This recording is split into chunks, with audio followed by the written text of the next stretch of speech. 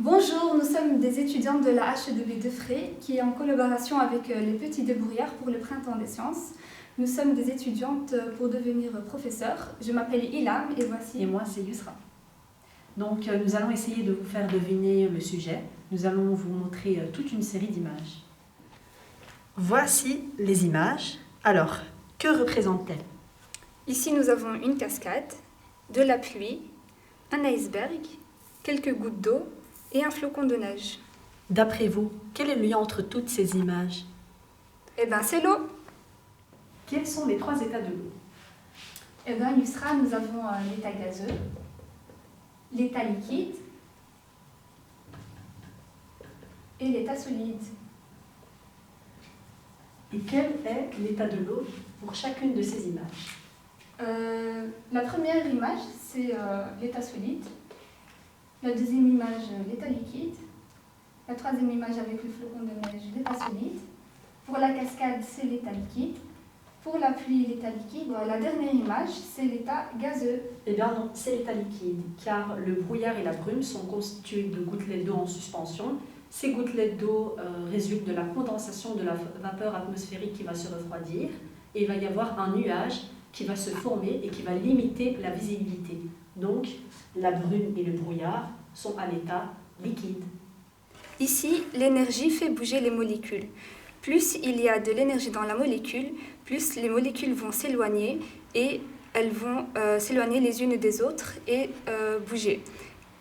Cette agitation molécule augmente avec la température. On passe donc de l'état solide à l'état liquide et de l'état liquide à l'état gazeux.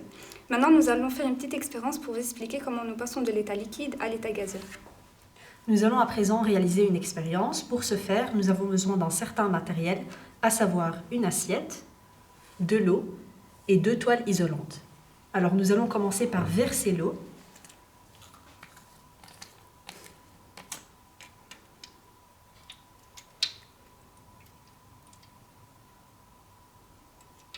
Et ensuite, nous allons placer la toile bleue.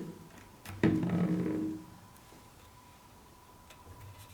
toile bleue sert à marquer le niveau d'eau au début de l'expérience. Alors, voici l'expérience un jour après. Ilham, qu'observes-tu? Nous observons une diminution du niveau d'eau entre la couleur bleue et jaune. Et d'après vous, et d'après toi, où est passée toute cette eau? L'eau s'est évaporée et elle se retrouve autour de nous à l'état gazeux. L'eau au niveau, à la surface des océans, des rivières et des fleuves s'est évaporée. Sous l'action de la chaleur et du vent, elle s'est transformée en gaz. L'eau est donc passée de l'état liquide à l'état gazeux et c'est les phénomènes d'évaporation. Alors nous allons faire une petite expérience pour expliquer le passage de l'état gazeux à l'état liquide. Pour ce faire, nous avons besoin d'un miroir. Vous allez le placer devant votre bouche et souffler. Qu'observez-vous? Ilham, qu'observes-tu? Eh ben moi j'observe une petite brume. Dis-moi Yusra, c'est l'état gazeux ou liquide? Je vais t'expliquer ça tout de suite. En fait, la vapeur d'eau qui sort de notre bouche va rencontrer ce miroir qui est froid et donc va se condenser. Et on remarque qu'il y a la formation de gouttelettes d'eau à l'état liquide. Un autre exemple de la vie de tous les jours, quand vos parents préparent par exemple des pâtes, nous mettons le couvercle, on remarque que l'eau, elle va s'évaporer. On a le passage de l'état liquide à l'état gazeux. Ensuite, on remarque qu'il y a une formation de gouttelettes. En effet, l'eau elle va se condenser. Il y a le passage de l'état gazeux à l'état liquide, d'où la formation des petites gouttelettes d'eau sur le couvercle. Nous avons vu que l'eau des océans s'évaporait à la surface et se condensait pour former de minuscules petites gouttelettes d'eau dans les nuages. Et ensuite, il pleut. Mais dis-moi, Yusra, où est-ce qu'elle va cette pluie? On va essayer de réaliser une expérience pour expliquer où va l'eau quand elle arrive dans le sol. Alors, nous allons réaliser une expérience. Pour ce faire, nous avons besoin de la terre, du sable, du gravier, de l'argile, une paire de gants, une paire de ciseaux et enfin 4 bouteilles. Pour cette première étape, vous avez besoin d'une bouteille d'eau et des ciseaux. Vous devez prendre les ciseaux et couper la bouteille en 2 parties. Ensuite, vous obtiendrez ceci. Maintenant, pour la prochaine étape, il faut verser les différentes matières dans les bouteilles d'eau. Donc ici, nous avons le sable. Nous avons les graviers. Nous avons la terre ici. Et pour finir, nous avons de l'argile. Alors avant d'enfoncer l'argile dans la bouteille, vous allez devoir mettre une paire de gants. Alors veuillez bien tasser l'argile au fond de la bouteille. Avant de commencer l'expérience, vous allez devoir ouvrir tous les bouchons. Ensuite, vous allez devoir verser la même quantité d'eau dans chacune des bouteilles. Et avoir également le même niveau d'eau dans chacun des gobelets.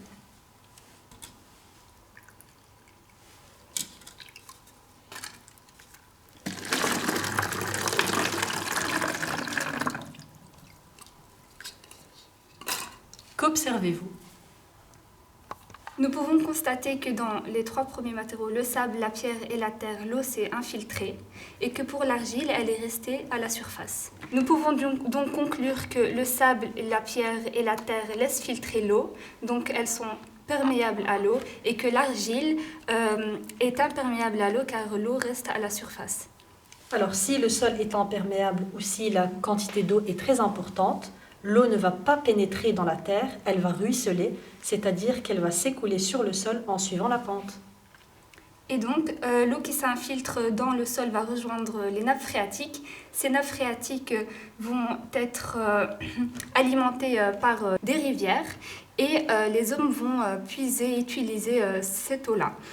Une partie de cette eau-là va sortir et jaillir par la source et rejoindre l'eau du ruissellement. Pour la prochaine étape, nous vous lançons le défi de placer ici les différents états de l'eau, liquide et gazeux, sur le schéma, ainsi que les différents phénomènes tels que l'évaporation, la condensation et la filtration. À vous de jouer. À l'aide de tout ce que vous avez vu. Alors, comme nous l'avons vu, les océans, les mers, etc. sont à l'état liquide. Ensuite, en contact avec la chaleur, elles vont s'évaporer. Donc, il y a le passage de l'état liquide à l'état gazeux. Ensuite, après l'évaporation, nous avons la condensation, le passage de l'état gazeux à l'état liquide. Les nuages, nous avons vu qu'elles sont formées de petites gouttelettes d'eau. Comme l'a dit Yusra, les nuages sont formés de petites gouttelettes d'eau. Les nuages vont se déplacer vers les montagnes. Ensuite, nous aurons ici des précipitations. L'eau va ruisseler.